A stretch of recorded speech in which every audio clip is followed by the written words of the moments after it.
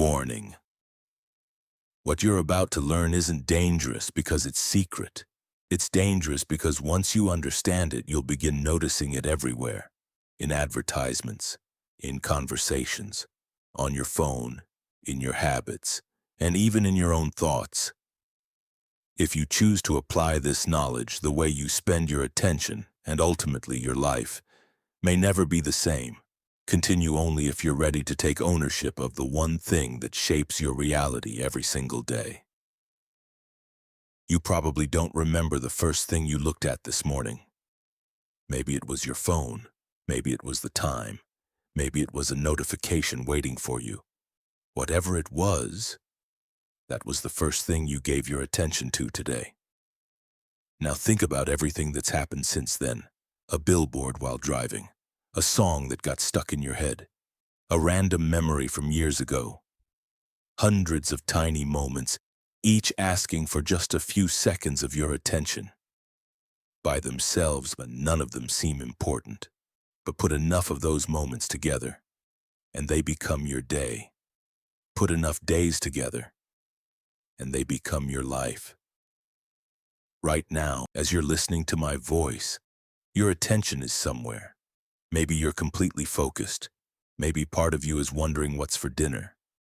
You probably are even thinking about what video to watch after this one. See, your attention is always moving. The real question isn't whether you're paying attention. The question is, who or what is deciding where it goes? Because whether you realize it or not, your attention is the most valuable thing you own. Not your money, not your car, not your house, not even your time. Your attention. Think about it.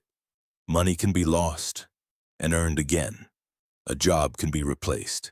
Even opportunities come back around. But every second of attention you spend is a second of your life you'll never get back. Think about the language we use every single day. Pay attention. It's a phrase we've heard since we were children. Teachers say it. Parents say it. Bosses say it. But nobody ever explains why it's phrased that way. Pay attention. Why pay? Because you pay with things that have value. You pay with money. You pay with time. And every single day, you pay with your attention. Then there's another phrase. Can I borrow you for a second?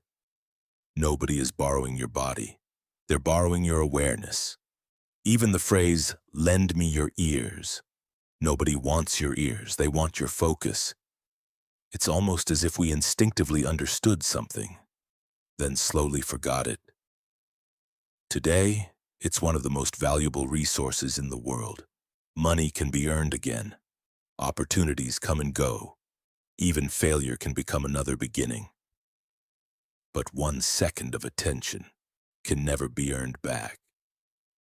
Once it's gone forever. Imagine waking up every morning with $100 in your pocket.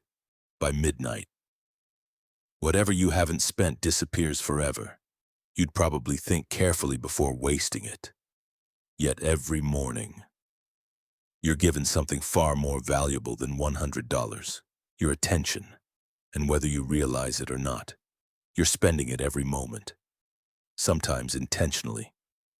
Most of the time, without even noticing. Studies suggest that as much as 96 to 98% of where our attention goes isn't a conscious choice. Most of it is guided automatically by habits, emotions, and whatever captures our awareness first. Think about the last time you walked into a room, only to completely forget why you went in there. Or when someone said your name in a crowded room, and somehow your attention found it instantly, even though hundreds of other conversations were happening around you. Your brain is constantly deciding what's important, long before you're aware of it. And that's not a flaw. It's survival.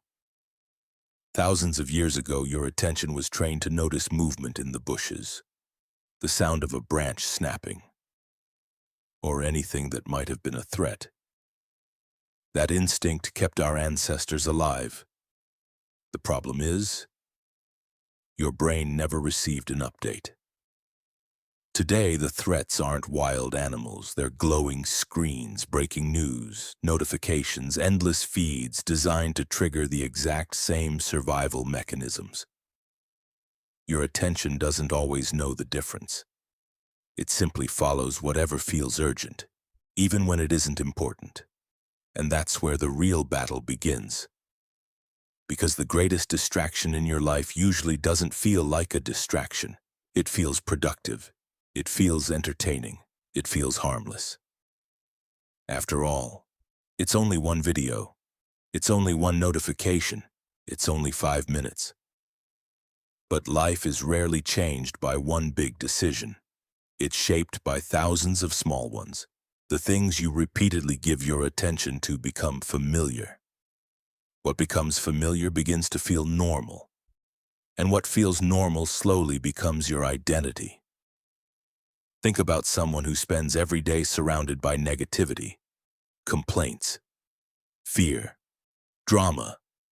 Eventually they stop noticing it. It becomes the lens through which they see the world. Now imagine someone who spends that same amount of time learning, creating, reading, building relationships, or sitting quietly with their own thoughts. They're living on the same planet, just in different worlds. The good news is, if your attention has been trained, it can also be retrained. That's something most people never hear. Your attention isn't fixed, it's practiced. Every single day your brain is learning what deserves your focus. The more often you return to something, the stronger that pathway becomes, which means the life you've been experiencing isn't necessarily the life you're destined to have. It's the life your attention has been rehearsing. Now I know what some of you are probably thinking. You expect me to go from constantly scrolling, constantly getting distracted, constantly overthinking, to suddenly becoming completely focused overnight? No, that's not how real change works. Imagine you're steering a massive ship across the ocean. You realize you've been heading in the wrong direction. You grab the wheel and turn it. Does the ship instantly change course? Of course not. It has momentum. Thousands of tons of steel don't change direction because you turned the wheel once.